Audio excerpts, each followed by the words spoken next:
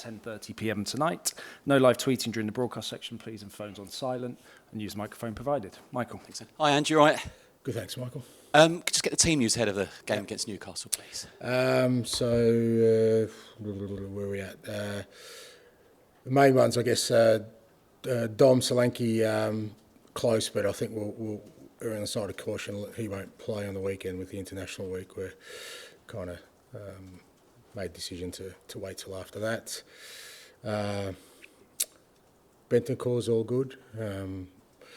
He's trained well, gone through all the protocols, and most importantly, he feels really good training-wise. And the other one this week was Richie, pulled up sore. I think there's an injury there, muscle injury. We're just getting more information, but he'll be out as well. I think that's it. Okay, mixed bag then. Yeah.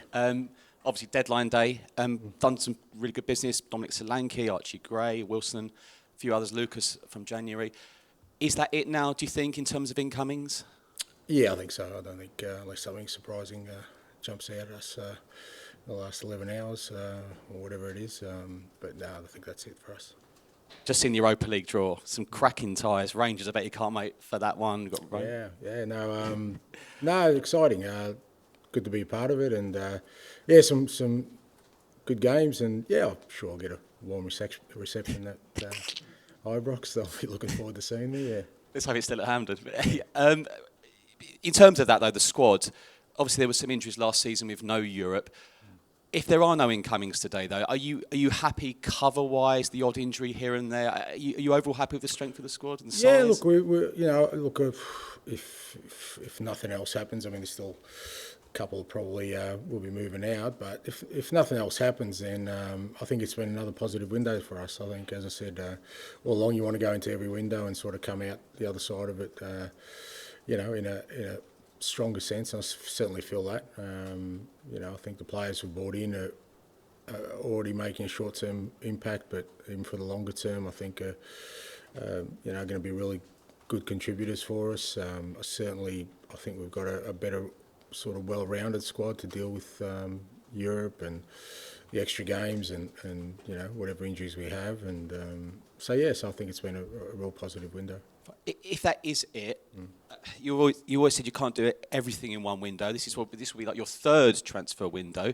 Looking back from the squad you inherited, a lot of big names have gone out as well. Maybe not sort of fit in your system. Overall, happy overall with the progress? No, as I said, I'm very happy. I think we've done a hell of a lot of work in the last 12 months, 3 windows, as you said. No doubt the squad's changed. I think the demographic of the squad's changed. The suitability to the kind of football I want to play is certainly we're much better equipped for that.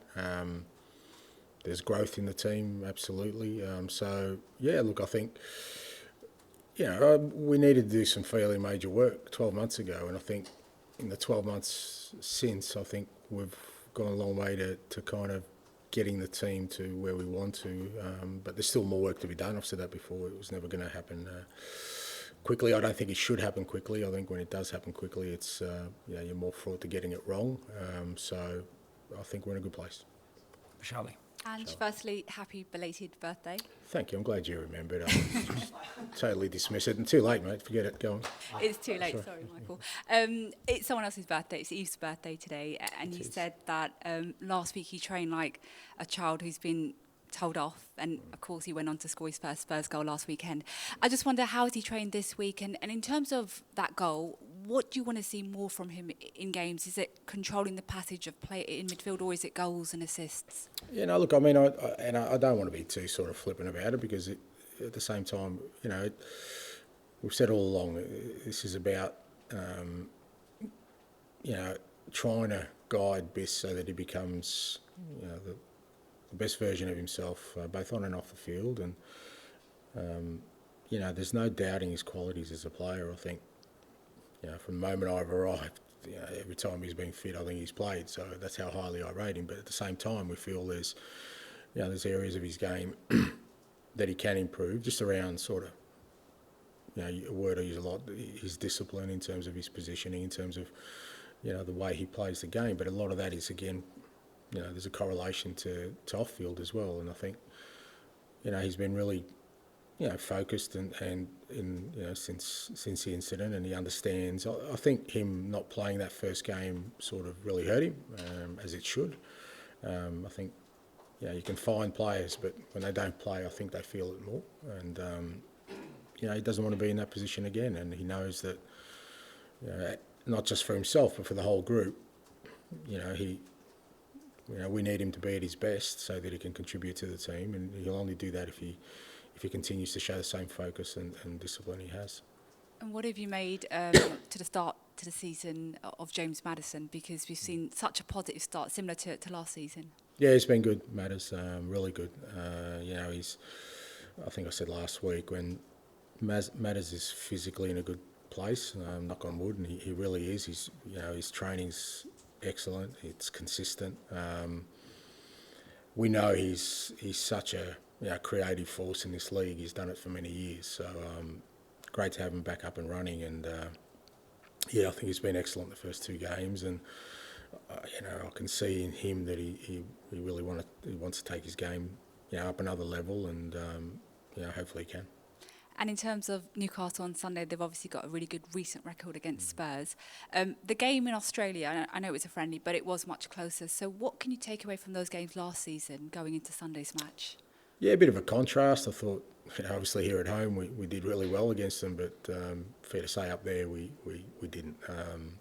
But it was a good learning sort of curve for us, that game, because we started the game okay, but then we conceded, and we kind of lost, probably for the first time all year, our composure in a game, and we allowed them to score quickly, and what it's like up there. The crowd created a brilliant atmosphere for their team, and we just didn't handle it at all well. It was a good sort of learning curve for a lot of our players who, it was their first sort of exposure to a game like that, to an atmosphere like that. So, obviously we want to have learnt from that, but it's still a tough game. I think any time you go up, playing against Newcastle on their home ground, it's a tough game. They've got some outstanding players in their team. They're well coached, and it's going to be a great challenge for us. Thanks, Ange. Ian. Hi, Ange, and can I reiterate happy 58th birthday for this week, as some people forgot? Yeah, well, it's my 59th, so you're being even kinder to me. Okay, fine, there we go. The Europa League draw, apart from Rangers, which obviously a lot of people will look at, there's some really excellent ties, but also it gives you a block of 8 games. And last season, because Spurs went in Europe and went out League Cup early, I think bemoaning is a fair word to use. The lack of games, actually your team had to get your team to play how you want and mix players around.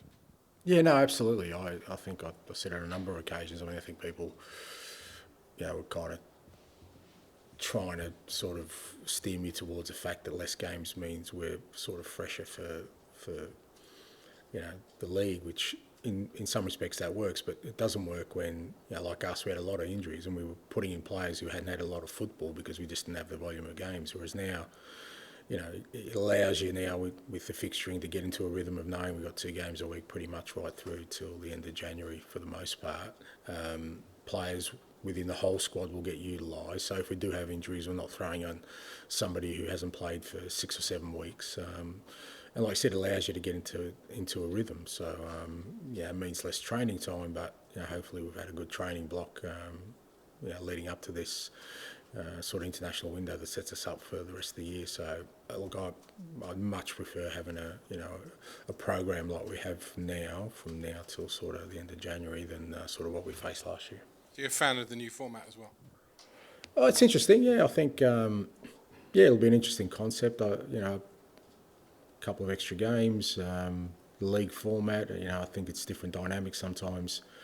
In the group stages when it was, maybe after 3 games the whole thing was done and dusted. But I think it'll be alive a lot more now, right until probably the 8th game, because teams are fighting for positions. So I think there'll probably be less dead rubbers in European football, which I don't think is a bad thing. So happy to see how it works. In this day and age, players staying at clubs for a long time is relatively unheralded. Ben Davies has been here 10 years. Sonny has been here 9, played over 400 games in all competitions. What do those sort of players give to you as a manager in terms of when you're coming in and you're wanting to change as you have? Yeah, like I said, it's a bit of a rare occurrence, particularly at big clubs where players stay for that sort of length of time. But yeah, credit to both those guys that they've stayed at this club and played under numerous top managers, and they've all sort of rated them very highly to keep them at the club. And look, they're both great guys. I think they understand what the football club's about. It's great when you've got 18-year-olds walking into a dressing room, and probably two of the first people who will go and greet them are Sonny and Ben, and I'm quite comfortable in them being their first points of contact, because they're outstanding people apart from being fantastic footballers. So yeah, I think it's great, and it's only right that they get heralded in terms of their not just longevity but the kind of service they've provided. Finally, the important deadline day is tomorrow. Are you ready to get your Oasis tickets? I hear you're a big Oasis fan. Yeah, no, I'll be queuing up, mate, overnight. Just no, great band, great music. Yeah, not on my radar at the moment, thanks. Yeah. Favourite song? No, Wonderwall. Okay, there you go. George. Angelo, I just wondered, in terms of outgoings, if you can just give us an update on Lo Celso and Reguilon, please, and whether you think they'll be staying or possibly next week is another transfer window. Yeah, true. Yeah, so I'm not really sure. Fair to say, I think both players exploring options, and I don't get too involved in that part of it. That's between sort of the players' representatives and the club.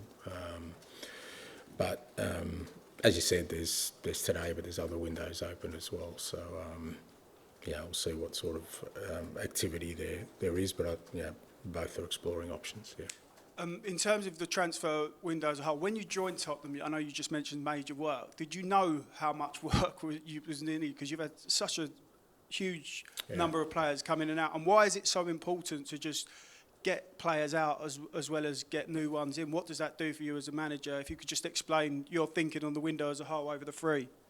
Yeah, look, I mean, you never really know until you're right into it, I guess, because you kind of can never assess players until you've worked with them. And it's fair to say there's been, it was a fair departure from sort of the way the club, was playing its football to sort of the way I wanted to play, good, bad or otherwise. It was just different. So when it's different, and I think there was, it was a team that I think was naturally coming to the end of a cycle anyway, a team that, almost had great success in terms of that era of players, so it was kind of coming. So it was a combination of, I guess, me coming in with a different approach and also the end of a cycle. So I knew there'd be some, to put it in gardening terms, mate, it wasn't about pruning, it was a bit more than that. So, and not that I'm a gardener, I've got no idea what I just said is right. But so we had to do some major work, and I've said before, part of that process is that you need to get players out just to create the space for others to come in. So sometimes it's not even a judgment on the player as such. You say, what, you could keep that player around, but that means I can't bring somebody else in, So you're kind of always looking at, contracts is an obvious one, who's coming to the end of a contract or in the last 2 years of a contract, because they're kind of more likely to be able to move rather than others. So all those kind of things. So there's a lot of things that you kind of put out, as a framework of how much you can change a squad in sort of 1, 2, 3, 4 windows. And I think we've just about gone to the maximum in terms of turnover without it affecting competitiveness, because obviously, we finished 5th last year, which was a decent outcome for us in terms of where we were. But, you don't want to be doing this and finishing 8th or 10th or, falling off sort of the top side of the table. So it's always a balancing act. But like I said, I feel we've done the maximum we could without it disrupting our competitiveness. It's not finished by any stretch, but I'm happy that we've kind of stuck to the plan in terms of discipline of just bringing players who we think can contribute short term, long term, but also suitable to the football we want to play. And sort of not get too caught up on sort of being in any rush to fast track a process. Is it risky doing that in terms of, I mean, you've got no idea how they're going to gel, so when you think about changing so many players, does part of you think, oh, maybe we might have gone too far, or you think, I know you're saying you heard on the, but is there a risk? Yeah, there is, yeah. But there's risk in everything you do. There's no sort of sure path in any which way you go. All I got to rely on is kind of my knowledge and my history in the game, that usually, wherever I've been, and fair to say wherever I've been, I've had to overhaul squads. There's a process that I kind of go through, which for the most part works, and that's what I've got to rely on in terms of that. I'm not just saying, well, let's just get rid of 10 players and bring in 10 players. It's a bit more sort of hopefully methodical than that, so that we try and get as many right as we can, because you're never going to get them all right. I think that's the other fallacy about transfers. People think, you got to have 100% hit rate. That's impossible, because if you're bringing every player in and they're great, there's only 11 positions in the team. So there's always going to be guys who are going to miss out. So if you've got a really good transfer policy, it probably means that's at about 70 or 80%, because there's always going to be a 20 to 30% attrition rate just because you've got everyone right. So that's kind of the measurements I've always worked with. And, I think while there was risk, I think you can mitigate that risk by sort of sticking to a process. Down to George, please. Jack, please, sorry. Hi, Ange. Do you feel like you've been backed this window? Yeah. And in terms of the age profile that you were talking about, was that always the explicit plan from the start, and how important do you think that is for the club? Yeah, well, it was definitely part of my plan, because I think when you're trying to build or rebuild a team, you've got to, look, all managers hope they're there for the long term, but the reality is that, you don't know how long you'll be there. But I've always kind of tried to build teams that will last, over a cycle, which is, 3, 4, 5 years. So you need, as just a sort of natural consequence of that, you're looking at a younger demographic, a team that will grow, that will improve, that will adapt to the challenges ahead. So, like I said, when I got here, it was a team that even from a demographic point of view, looked like it was at the end of a cycle. A lot of players who kind of had great careers but were kind of either ready to move on or getting to the end of it. So that combination with, like I said, a different approach, for me, was definitely part of it to go younger. So before you got here, Spurs didn't really have many young players in the team, but now there's a lot of guys here aged between 18 and 23. How does that change the feel around the place, and how does it change your job? Doesn't really change my job, but, I guess young people bring an energy to it, and, they're excited to be here. They're excited to be at this football club, excited to be playing in the Premier League, I guess, and excited by the challenge ahead. And I think it's a good environment they've come into, because the senior players we do have are, all guys who are still very, very motivated and ambitious as well. So, and I think, it allows them to grow together. They're all kind of in that similar part of their careers, which invariably you're going to have challenges individually and collectively. And I think if they experience them together, it allows them, I think, to overcome those, in a better way. Finally, do you think it's easier to teach your style of football to a younger player than to a 30-year-old? No, it depends. It just depends on the player, It depends on the mindset of the player. I think Sonny is as much a willing learner as Archie Gray, I think it just becomes down to the individual. I think it is sometimes easier with younger players, because obviously they're a little bit more open to maybe doing things a different way. But I think in the current climate of where the world's at with young people, you still, it's not like me, I just tell them what to do and they do it. I think those days are long gone. There still needs to be a narrative of why we're doing what we're doing. And young players now want to be coached. They definitely want the information. They want to know why I'm asking them to do certain things. But again, I enjoy that aspect of it. Okay, finish this section with Ali, please. Just want to ask you about the centre-backs department. Looking from the outside, obviously, last season, Davinson Sanchez moved on and you were left with 3 natural centre-backs and then others that could kind of fill in. Kind of feels like maybe Radu Dragic has swapped in terms of numbers with Eric Dyer, and maybe you're in a similar position in terms of three natural centre-backs.